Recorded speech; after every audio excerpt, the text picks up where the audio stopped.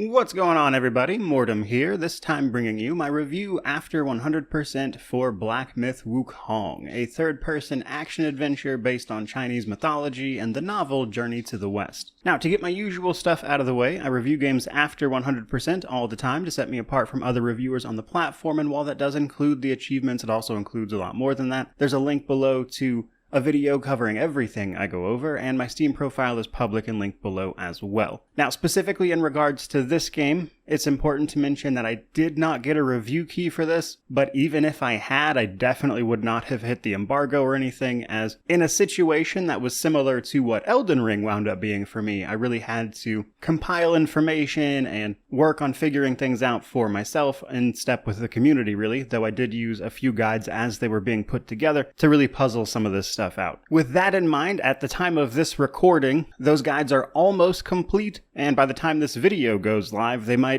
be very close if not done. So I'm going to link to the two I relied on most heavily, while I was also trying to figure some of this stuff out just on my own. So with that in mind, let's go ahead and move on to the rest of this. So starting with an overview. As I mentioned, third-person action combat game. Now, I have seen a lot of people arguing about whether this is or is not a Souls-like, and let me tell you, as somebody who has reviewed hundreds of games, I think getting really specific about genre labels is typically a waste of time. But to me personally, I would say this game feels like somebody took some minor Souls mechanics and slap them into a God of War game. And as such, this game's pretty much entire focus is on combat and uncovering secrets to thus enable more combat, if anything. And if that's your thing, this game does that incredibly well. But if you don't enjoy that, realistically, this game has nothing to offer you, which is what I'm going to try to highlight over the course of this one. Now, in order to do that, there's almost certainly going to be what some people would consider minor spoilers in like the footage, mostly of like boss fights and stuff, because it's hard to explain something in a game with so many boss fights without, referencing them. And then the story section, there's a couple specific things I want to mention that might be considered spoilers as well. So use that information at your own discretion to decide what you want to watch.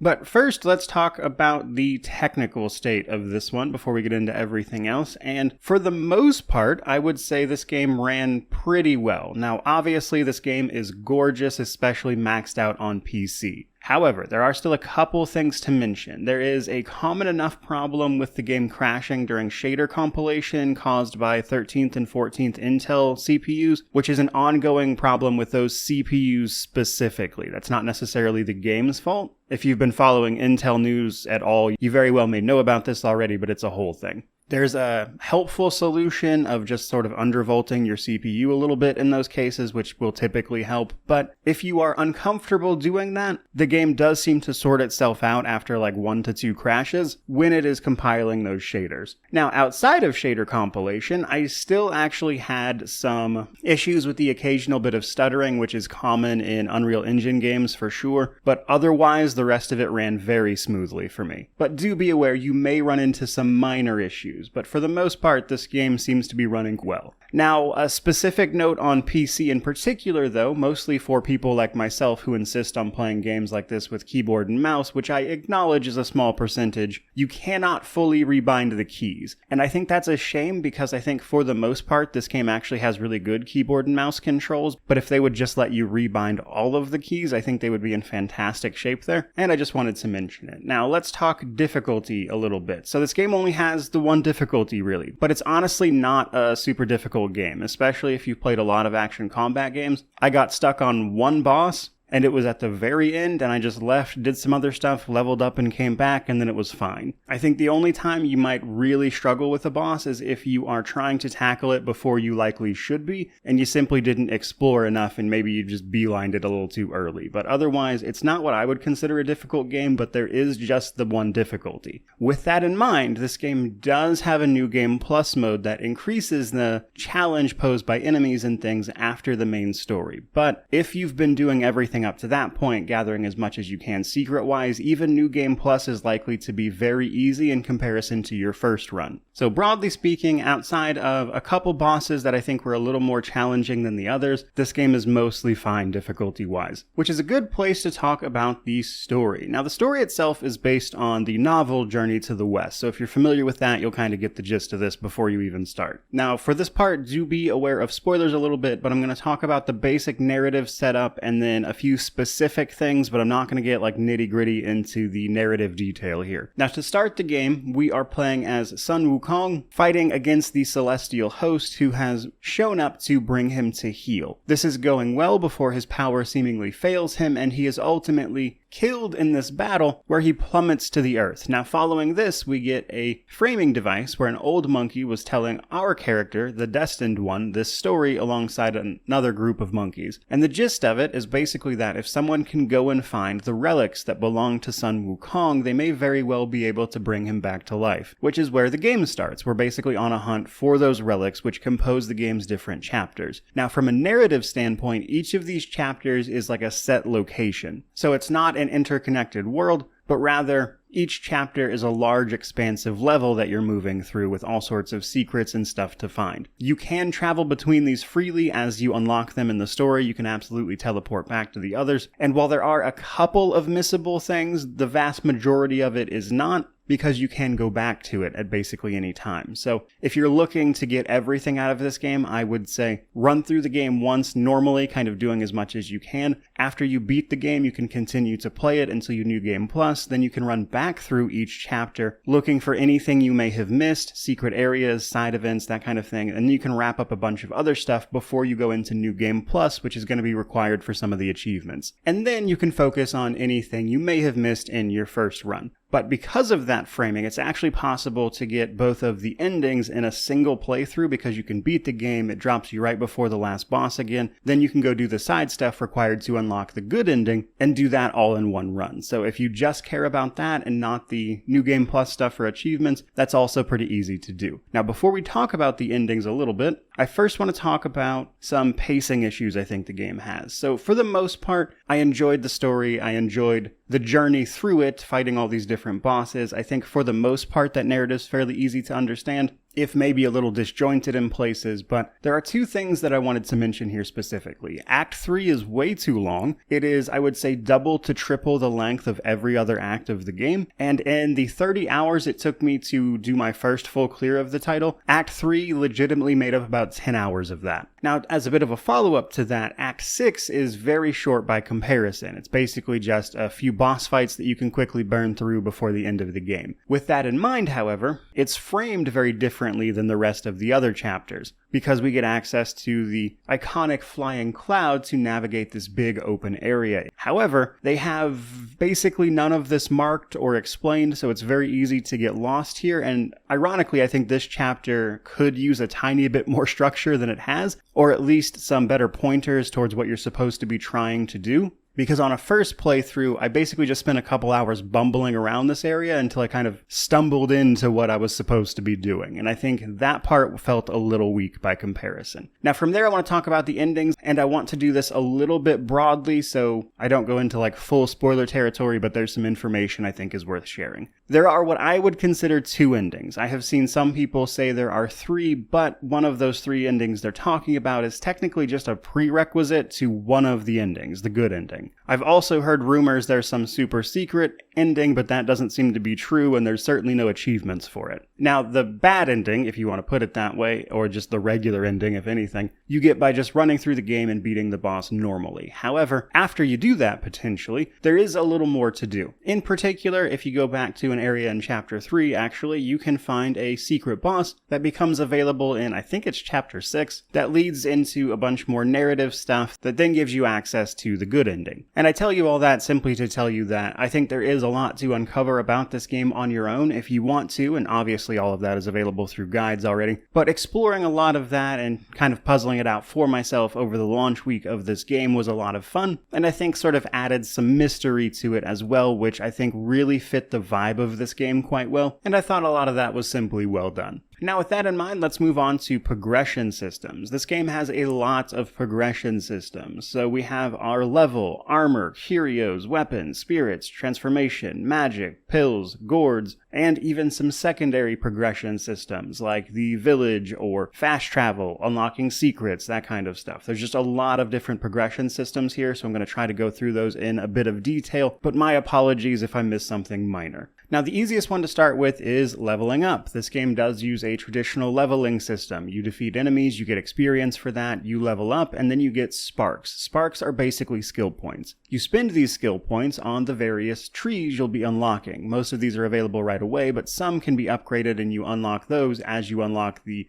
corresponding ability as part of story progression, such as certain magic abilities. Basically, the higher the level, the more skill points you have, the better off you are, because you can unlock more and more potential. Now, you can respec freely at shrines, so if you mess up and you need to try again or you want to just try something else in general, absolutely fine to do that. Then we have armor. So as we start defeating certain bosses and stuff, we can unlock armor that can be crafted at the shrines. Now obviously this is going to give you better and better stuff, but about halfway through the game it's possible to unlock a village of sorts that kind of puts a lot of your upgrade merchants in the same place that you can then teleport to, called the Zodiac Village. When you do that, there's actually an NPC there you haven't met before with this big tiger. He is capable of upgrading your armor. So until you get to him, gear is very linear. But once you get to him, you can actually upgrade your previous gear, which brings it up to tiers. All of your armor has a rarity tier, and it has stats associated with that. So once you unlock this guy and you have the resources, you can start upgrading your favorite armor pieces to bring them up to par with the other armor you're finding, which helps balance armor sets out so you're not dealing with a purely linear armor progression, which I thought was nice, especially because one of my favorite sets of armor, because they all do have set bonuses, wound up being a relatively early one, so it had bad stats. But later on, especially in New Game Plus, when I was able to upgrade that armor and bring it back up to par with everything else, I was having a blast with the game all of a sudden. But for the bulk of your main playthrough, armor progression is linear. Then we have curios. These are like accessories that you can put on. They have all sorts of little effects. Some of them work together, but worth a mention that you can unlock and find those around, and you even unlock a third slot at a certain point, even though you only start with 2. Then there are weapons. Now, I was very happy to see that we unlock all sorts of different weapons, and for the most part these can be upgraded. There's 1 or 2 that are purely unique and cannot be, but some can be upgraded to take on different appearances and have different effects. This works largely the same way as the armor system, as you might expect. Now then we get into the more interesting stuff. First up we have spirits. So defeating some versions of enemies, typically they have like a blue aura, and they are stronger than their normal variants, and then sometimes just like bosses and stuff will drop a spirit version of themselves, and you can absorb that into your gourd once you reach a certain point in Act 1. It's relatively early on. And once you do that, you can equip a spirit to your character that then you can summon in to perform whatever their like main version of the attack was. These can be upgraded to be more and more effective as you go as well, and they recharge after use, so this is one of your options in combat. But the progression here is just unlocking all the different spirits to use and then upgrading those spirits. Now that's not all in terms of other enemies though, because then we have transformations. Rarely, typically as part of like side quests or just optional bosses and stuff, you can unlock different transformations. This will allow you to turn into that typically prior enemy or some variant therein that lets you take on their moveset and health bar. Now this is important actually because it can give you a little bit of breathing room in combat, because this transformations health bar and stuff is entirely separate from your own, which can get you out of some tight spots very easily. And it's a good way to apply status effects as well, since a lot of them typically have some sort of status effect associated with their weapon attacks. Then we have magic. So as we progress the story, we will unlock a variety of different magical abilities, which fall into a few different categories: mysticism, alteration, and strand.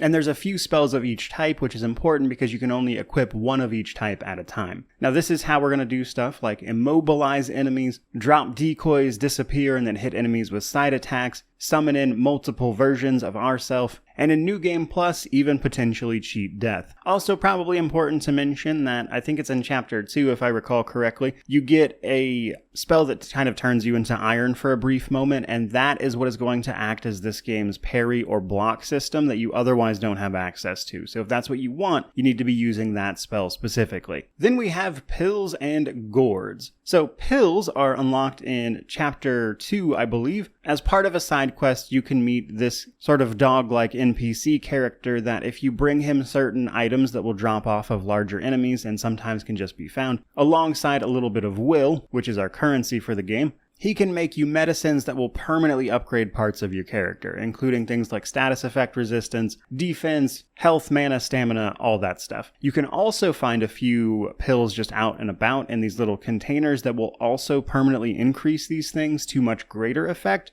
And all of these have limits on their number, so you will eventually max these out. Now after that we have gourds. Acting as our healing item, we drink from a gourd to heal, and it has a set number of charges, as well as the actual contents of that gourd changing depending on what you have access to. So there's a bunch of different gourds which all have different effects. In my opinion, the basic heal so much health one is always the best, but there are others that have different effects, like say healing you for less but increasing your attack at the same time. And you have to find or potentially buy those from an NPC that you meet relatively early on, but whose inventory expands over the course of the game. And he will also sell you soaks as well, and you can also find these in other places, but these are things that you will put into your gourd to give them extra effects on top of what the gourd will normally do. But wait, there's more. Then there's the actual drink that's in the gourd to begin with. There are a few different wines and stuff which can also customize exactly what your gourd is doing. Now overall, I would say generally I like a pretty standard approach to this system myself. I just want to heal when I use a healing item basically, but I really like the variety here because I think it takes a basically cornerstone mechanic and adds a bunch of variations to it. So I do like when games try to mix up how it is your character is healing. Now, believe it or not, we are still not done with progression systems because I got to tell you about relics and vessels. So, relics, the things we are actually after as each chapter progresses. Once that chapter is over, you can click on those relics and choose between one of 3 different buffs to give yourself, which then, of course, is just passively in effect all the time. Then there are vessels. These are associated with secrets, meaning that if you do a little bit extra, you can find up to 4 of these vessels. These are things you can also activate in combat and recharge over time that provide some benefit for the allotted amount of time. Now the reason these are secret is because used against certain bosses, they do more than they normally would, or just deal extra damage, that type of thing. So for instance, there's one in the very first chapter you can find that makes your character immune to fire. And that's important because the big boss of that first chapter is a guy who's spewing fire everywhere, so the benefits there are obvious. But even after those fights are over, you just get to keep those vessels and keep using them, which is important to keep in mind. Now, discounting all of that, we then have all of our secondary progression. So unlocking fast travel points via the shrines or finding secrets can also lead you to other things or just more of any of the things I just mentioned. And even simply progressing the story can unlock more areas after that chapter is over. So for instance, clearing Chapter 5 actually unlocks a secret side area after the fact that you can then go fight even more bosses in, which is as good a time as any to talk about gameplay, the world, and combat overall, because gameplay and combat are kind of synonymous in a game like this. But as I mentioned earlier, the game is divided up into chapters. There are 6 of them. Each of these are these large open areas with all sorts of secrets and paths to uncover. And after you clear the story for those chapters, running back through that chapter is usually a good idea because stuff can change and you can find even more secrets. And along the way, you'll meet characters who are going to have tasks for you. Unlike a Souls-like game, they are typically very direct in what they're asking you. It's usually not a mystery what they want, which was helpful in tracking down some of these secrets. And I like that approach quite a bit because it gives you side quests that can be a little mysterious and somewhat puzzling at the same time, but also you don't spend forever trying to figure it out. But typically, those are going to lead you to more bosses, more secrets, which then themselves drop more items and stuff to lend you to that progression. So it all kind of comes together to feel like you are constantly progressing something no matter what you're doing. And I think for an action game like this, that works very, very well. Now, talking a little bit more specifically about combat, though, there's a few important things to mention. Now, I want to start off with something it took me an embarrassingly long time to figure out, which was funny because I was doing really well, despite how long it took me to figure this out. As part of your skill trees, you can unlock different stances for your staves, which is obvious. But in so upgrading those, you then start unlocking more and more focus points. Focus points are what your character is going to spend to use use what they call things like varied combos. Basically, if you are doing light attacks and then mix in a big heavy attack, based on your skill upgrades, that will do something more varied, as the name might imply. But this comes with like specific attacks and things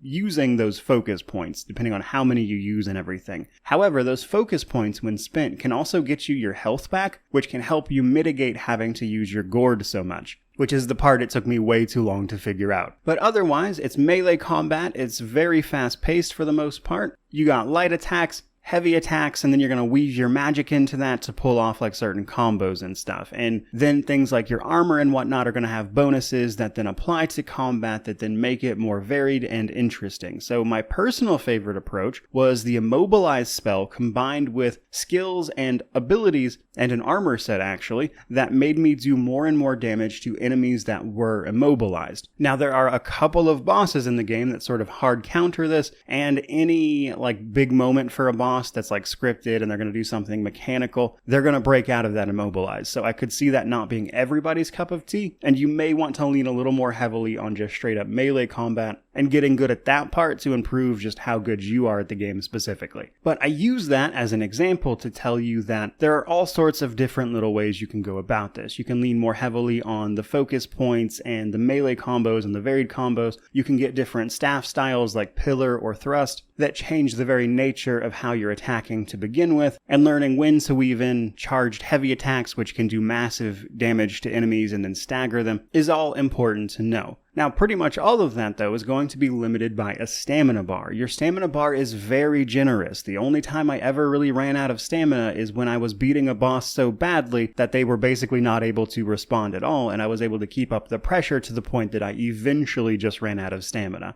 Stamina was almost never a factor in anything I was doing, except in very few occasions, typically because I was doing so well that I was running out of stamina because I was pressing the attack so much. So I wouldn't get too intimidated by the stamina bar personally. But then there's all that other stuff that I mentioned. So the spells. Again, you have to use a spell if you want to do things like parry or block, and upgrading that spell can make that extremely effective. The window for it is very generous, and while personally I preferred the default dodge gameplay, just because that's typically how I play these games anyway, that option is available for you, and it certainly seems effective to say the least. And then another cheap but effective spell was Cloud Strike. This leaves behind like a decoy and turns you invisible, and then you can rush up and attack an enemy and typically stagger them at the same time, which is a convenient way to get a good cheap strike in to then press into a combo. And that's even before we start weaving in stuff like the transformations or the vessels. Transformations themselves can be upgraded to last longer and just be more effective while you're in that state, so you can even lean into that if you wanted to. Those recharge over time relatively quickly even, so you can use transformations multiple times in combat if it lasts that long. And then deciding when to use spirits as well and their special attacks can also be a big part of it. And then there's your vessel. Maybe you want to save that for a certain phase of a boss fight. So there are all of these different moving parts to combat that I think make it really, really fun to engage with. And if you are using all of those systems to their fullest, I don't think you'll struggle with this game's combat system, frankly. But all of that is well and good, but in a game where combat is king, and you can focus on so many different aspects of it if you want, I think a lot of people's enjoyment is going to come down to the quality of the boss fights and things like that. And for the most part, I thought these were tremendous as well. This game has some of the most spectacular boss fights I've seen that were just a real spectacle to behold. And while obviously I don't want to spoil all these for anybody, I did want to call out my favorite in particular. This fight against Kangjin Lung, which is this white dragon that you fight in Act 3, and that boss fight is just gorgeous and really intimidating at the same time, because the dragon is often up in the air throwing lightning strikes at you that you got to avoid, and then when it swoops in, you've got to pick your moment to jump in and attack and everything. And while I honestly wouldn't even consider it that hard of a fight, it was just an incredible spectacle, and I loved the setting and the vibe of it. And that is just one fight in a game that has a nonsense number of really impressive boss fights. So even outside of what your character can do, I think this game did the actual fights themselves right as well. But I did want to mention a lot of these can be kind of mechanical in nature at times. And what I mean by that is that there are moments where the enemy is is going to like jump up and do something scripted out of your reach, and you have to wait for them to finish that attack. And they'll break out of like an immobilize spell if you were trying to hold them down, and they'll even stop taking damage in order to do that thing. And if I had to point to something about like the boss fights and the combat that I didn't enjoy, that would probably be it. And what's more, in a problem that plagues basically every action combat game to have ever existed, the lock-on systems and camera can absolutely be a little finicky at times. And while it didn't happen often, I will say that there are definitely moments where I died simply because I couldn't see anything, or the lock-on just kept rapidly switching between enemies in a really annoying fashion. So the game isn't free from problems here, but they were rare enough to be of little importance, I would say. Now, all of that finally brings us to the Steam Deck section. Now, I have to admit, I just assumed this was going to play pretty terribly on the Steam Deck, but surprisingly no. If you turn the settings down so it's not going to look quite as visually impressive, you can still get a really solid FPS and play this on the Steam Deck. And obviously, it has controller support, cloud support, all that stuff, so you're going to be able to switch between them on the fly if you want. And while I personally wouldn't want to play this on that platform, it is more playable on the Steam Deck than I personally would have given it credit for, which I think is noteworthy all on its own. Now, it does not have a Steam Deck rating. I don't think they've submitted it for a rating even, so kind of use your own discretion on that one. But that brings us to the positives and negatives, and then we will wrap this thing up. So on the positive side of things, I think the combat especially, obviously, and it's the main focus, it better be a positive, the secrets and the exploration were really where I was having the most fun. Just taking down these spectacles of a boss fight, getting more and more progression and skill under my own belt as you go was a really rewarding experience. And then coupling that with exploring these levels really thoroughly and finding all this stuff, secrets, extra optional boss fights even, was just a real blast. And puzzling that out was definitely the highlight of this experience. Now, unfortunately, that does come with a few negatives. As I mentioned, the pacing of the game at times I think could use some work. For whatever reason, Act 3 is crazy long, and I was very burnt out on that place by the end of it, as a single example. But then this pops up in other places like Chapter 6, which I think was a really weak chapter until you get to the actual end of it. And that stuff coupled with, I would say, negatives that are, again, very traditional for the genre, if anything, which are camera issues, lock-on issues, and just little bits of jank here. Like, for instance, a lot of levels look really open, but then you hit a bunch of invisible walls that probably could have stood to be masked a little better, can make for some small annoyances. For the most part, I think those are minor gripes, and they're not enough of an issue to really get in the way of the rest of the game. Which brings me to my conclusion. My conclusion for Black Myth: Wukong is that as action RPGs go, this is a must-play. Now, if you don't like this genre of games, I don't think this game is going to do anything for you, as it honestly has little else to offer. But if you enjoy what I've laid out here in this review, Black Myth: Wukong does it extremely well.